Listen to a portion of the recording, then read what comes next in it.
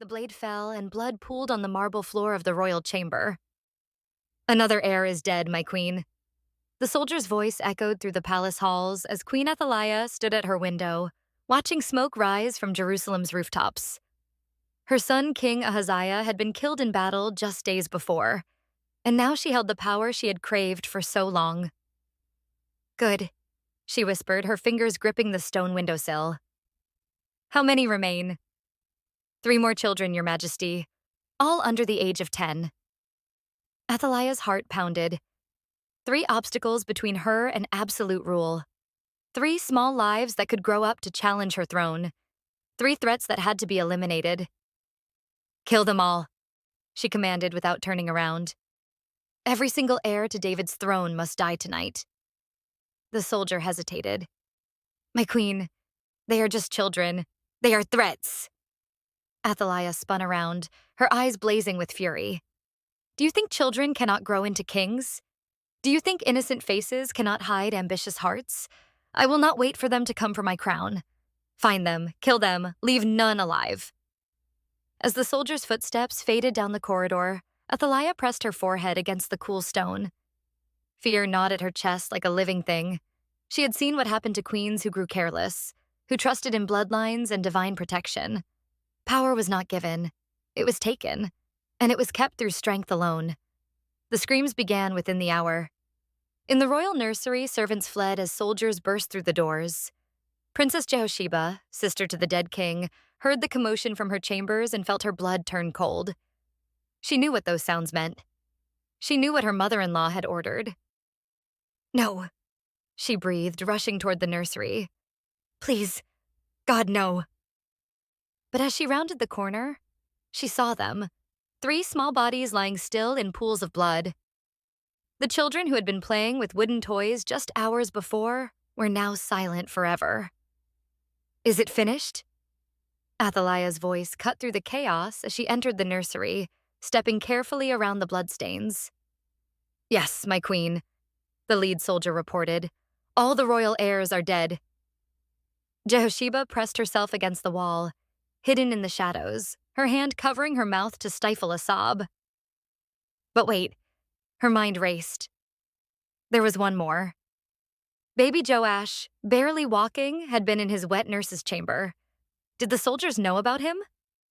She crept through the corridors like a ghost, her heart hammering so loudly she was certain the guards would hear it. The wet nurse's chamber was at the end of the servants' quarters, away from the royal wings. Maybe, just maybe. The door was slightly ajar. Jehosheba peered inside and saw the wet nurse cowering in the corner, baby Joash crying in her arms. "They're coming," the woman whispered when she saw Jehosheba. "I heard them asking about the baby. They know he's here." Heavy footsteps echoed in the hallway outside. Jehosheba's mind raced. There was no time to think, no time to plan, only time to act. "Give him to me," she whispered urgently, scooping Joash into her arms. The baby's cries intensified, and Jehosheba felt panic rise in her throat. "Shh, little one. Please be quiet." She looked around desperately.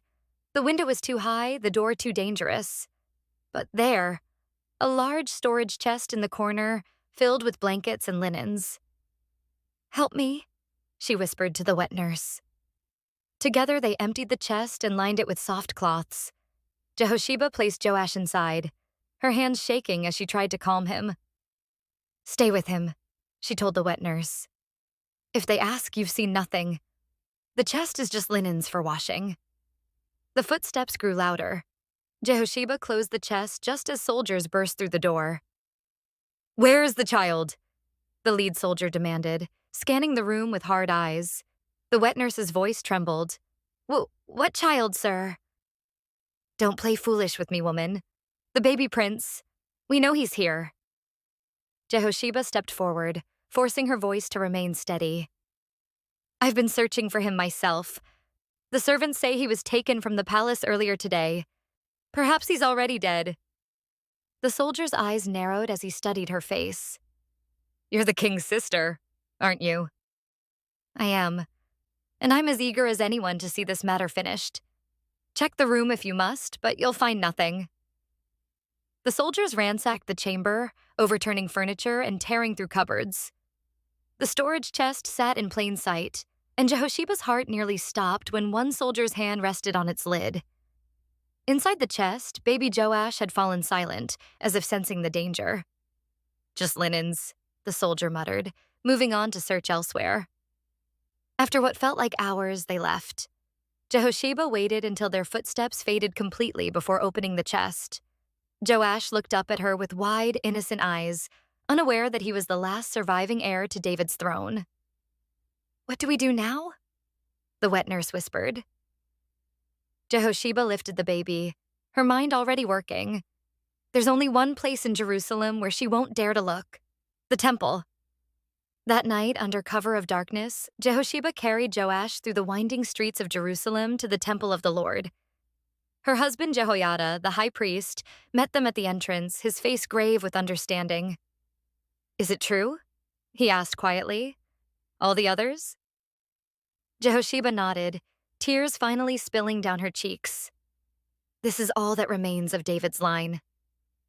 Jehoiada took the baby in his arms, studying the small face. "Then God has preserved him for a purpose. He will be safe here." The temple became Joash's world. Hidden in the priest's quarters, he grew from infant to toddler to young boy, knowing nothing of his royal heritage. He learned to walk on sacred stones, to sleep to the sound of evening prayers, to find joy in simple things. Meanwhile, Queen Athaliah ruled from her palace, confident that every threat to her power had been eliminated. She instituted new laws, brought foreign idols into the land, and consolidated her control over Judah. The people whispered of the old days, when righteous kings had ruled, but none dared speak openly against their queen. "Your Majesty," her chief advisor said one morning as she held court, "the people grow restless. There are rumors." "What kind of rumors?" Athaliah's voice was sharp. "Some say that not all the royal heirs were killed. They speak of a child hidden somewhere in the city." Athaliah's grip tightened on her throne's armrests. "Impossible. I saw the bodies myself." "Of course, Your Majesty. But perhaps we should conduct another search, just to be certain." For 6 years, Athaliah sent soldiers through Jerusalem's streets, searching houses and questioning citizens. But they never searched the temple. Even she would not dare to violate that sacred space with armed men. In the temple, young Joash grew strong and wise under Jehoiada's teaching. The high priest told him stories of great kings who had ruled justly, of God's promises to David's lineage, of the covenant between heaven and earth. But he never told the boy who he really was, until the day everything changed. Joash was 7 years old when Jehoiada finally called him aside. They sat in the quiet of the inner court, surrounded by the familiar sounds of temple worship. "My son," Jehoiada began carefully, "do you know why you live here with us instead of with a family of your own?" Joash shook his head, his young face serious. "You said my parents died when I was very small." "That's true. But there's more you need to know." Jehoiada took a deep breath. "Your father was King Ahaziah. You are the rightful king of Judah." The words hit Joash like physical blows. "That can't be true. The queen killed all the king's children. Everyone knows that." "Everyone believes that," Jehoiada corrected gently. "But God preserved you. Your Aunt Jehoshiba saved your life and brought you here, where you've been safe all these years." Joash stared at his hands, trying to process this revelation. "But if I'm the king, why am I hiding? Why haven't you told anyone?" "Because Queen Athaliah would kill you the moment she learned you were alive. But now?" Jehoiada paused, studying the boy's face. "Now you're old enough to understand. Old enough to choose." "Choose what? Whether to remain hidden forever, or to take back what is rightfully yours?" Fear flickered in Joash's eyes. "She killed my brothers and sisters. She killed my cousins. What makes you think she won't kill me too?" "Because this time, we'll be ready. This time, we have a plan." Over the following weeks, Jehoiada quietly gathered supporters throughout Jerusalem. Temple guards who had served faithfully for years, military commanders who remembered the old ways, citizens who longed for righteous leadership. Each was sworn to secrecy. Each was told only what they needed to know. The plan is simple, Jehoiada explained to his inner circle. On the Sabbath, when the temple is full of worshippers, we'll reveal Joash publicly. The people will see that David's line survives, and they'll rally to support him. And if they don't? Asked one of the commanders. If they're too afraid of Athaliah? Then we'll know God's timing isn't right, Jehoiada replied. But I believe the people are ready. They've suffered under her rule long enough. The night before the planned revelation, Joash couldn't sleep. He walked through the temple courts, touching the familiar stones, breathing in the incense that had surrounded him his entire life. Tomorrow, everything would change. Are you afraid? Jehosheba appeared beside him, her voice soft in the darkness. Joash nodded. Terrified. Good. Fear will keep you humble. It will remind you that power comes from God, not from yourself. What if I'm not ready? What if I can't be the king they need? Jehosheba placed her hand on his shoulder. Your great-grandfather David was just a shepherd boy when God chose him. Your ancestor Josiah was only 8 years old when he became king, and he became one of the greatest rulers Judah ever had. Age doesn't determine worthiness. Heart does. The Sabbath dawned clear and bright. Temple courts filled with worshippers as usual, but there was an unusual energy in the air. The guards were more numerous, their positions more strategic. The priests moved with purpose rather than routine. At the appointed moment, Jehoiada stepped forward with young Joash at his side. The high priest's voice rang out over the assembled crowd.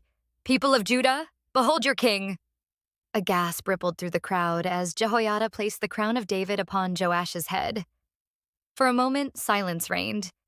Then someone shouted, "Long live the king!" And the cry was taken up by hundreds of voices. The sound echoed through Jerusalem's streets, reaching even the palace walls. In her throne room, Athaliah heard the commotion and felt her blood run cold. She knew that sound, the sound of a people choosing their leader. But it couldn't be. All the heirs were dead. What is that noise? She demanded of her guards. There seems to be some disturbance at the temple, Your Majesty. Shall we investigate? Yes. Take a full company of soldiers. Arrest anyone causing trouble. But when her soldiers reached the temple, they found something that stopped them in their tracks. The crowd was too large, too unified, too determined. These weren't rebels or troublemakers. These were ordinary citizens, families, religious people who had come to worship and stayed to crown a king. Your Majesty, the captain reported when he returned, his face pale. They have a boy with them. They're calling him king. They say he's the son of Ahaziah. The words hit Athaliah like a physical blow. She staggered, gripping the wall for support. Impossible. I saw them die. I watched them die.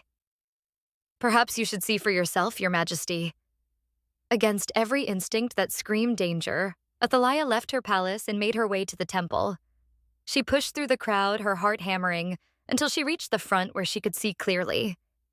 There, standing beside the high priest, wearing the crown of David, was a boy of about 7 years old. And when she looked into his face, she saw her own son's features reflected back at her.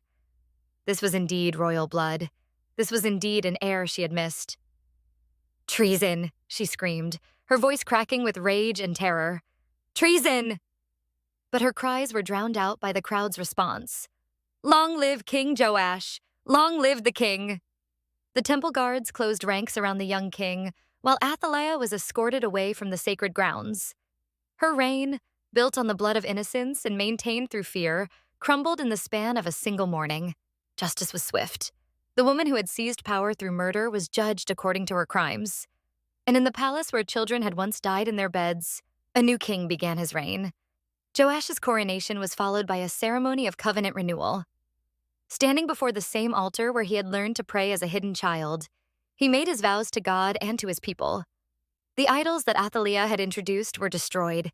The temple was restored to its former glory. Worship returned to the land. But perhaps the most remarkable thing about King Joash was how he remembered his humble beginnings. Though he lived in the palace, he continued to visit the temple regularly. Though he wore royal robes, he never forgot the simple clothes of his childhood. Though he commanded armies, he continued to seek counsel from the priest who had raised him. "Tell me again about the night I was saved," he would ask Jehosheba during their visits. And she would tell him how God had preserved him when evil seemed to triumph completely. How a faithful woman had risked everything to save one small life. How sometimes the most important victories happen in secret, in silence, in places where no one is watching except heaven. Years passed. King Joash ruled with wisdom and justice, and Judah prospered under his leadership. The people who had lived in fear during Athaliah's reign now lived in peace. The covenant promises that had seemed broken were renewed and fulfilled. But the story's greatest lesson wasn't about the fall of a wicked queen or the rise of a righteous king. It was about how God preserves his purposes, even when human schemes seem to succeed. How hope can grow in hiding. How the future can be protected in the most unlikely places. The child who had been hidden in the temple became the king who restored a nation. The baby whose very existence had been forgotten became the man who reminded his people that God's promises endure forever. In her final moments, as justice closed in around her, Queen Athaliah must have realized the truth that evil always learns too late, that power gained through wickedness cannot last, because the God who sees all things will not allow his purposes to be thwarted forever. She had tried to kill every heir, believing that eliminating her threats would secure her throne. But she had forgotten that the God who made promises to David was the same God who could hide a child in plain sight, preserve a life in the midst of death, and raise up a king from the most humble circumstances. The temple where Joash had been hidden became a symbol of divine protection. Visitors would come to see the place where the future king had learned to walk, to pray, to trust in something greater than earthly power. And they would remember that when darkness seems strongest, when evil appears to triumph completely, God may already be preparing the light that will overcome it. This ancient story echoes through time because it reminds us of a fundamental truth, that human schemes, no matter how carefully planned or brutally executed, cannot overcome divine purposes. That innocence preserved is more powerful than evil unleashed. That sometimes the most important victories are won not through force, but through faith. If this story of divine preservation and ultimate justice has touched your heart, remember to like this video and subscribe to our channel for more incredible biblical accounts. Share it with someone who needs to be reminded that God can hide his people in the midst of danger and raise them up in his perfect timing. Comment below about how God has protected or preserved something precious in your own life. Together, let's remember that no weapon formed against God's purposes can ultimately prosper, and that even when all hope seems lost, the God who hid one child in the temple is still watching over his people today.